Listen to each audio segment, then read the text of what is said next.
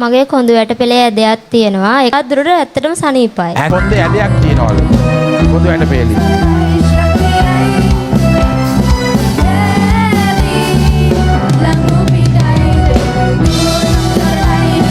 කොහෙන්ද දාවේ?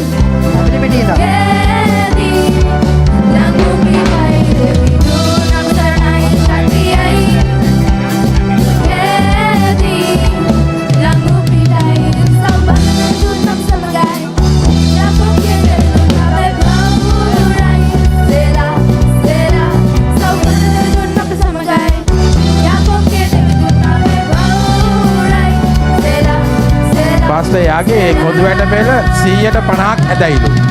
වයින්දෝරු කියලා තියෙනවා. කොහේ ඉඳලා දෙන්නේ? ඇඹිලි පිටියේ ඉඳලා. ඇඹිලි පිටියේ ඉඳලා.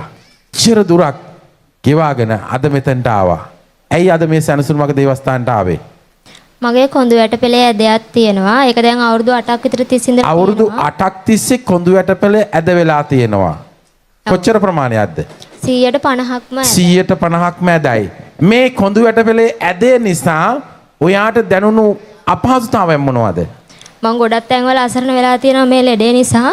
මේ හොස්පිටල් ගියාට පස්සේ ගෝ පැය 9ක ඔපරේෂන් එකක් තියෙනවා කියලා. ඉතින් බය හින්දා ඒක කරේ නෑ. ඊට පස්සේ මේ මෙතන ගැන දැනගත්තේ TikTok එකෙන් තමයි ඉතින්. TikTok එකෙන් තමයි දැනගත්තේ නේද? ඒ වීඩියෝ දැකලා නේද?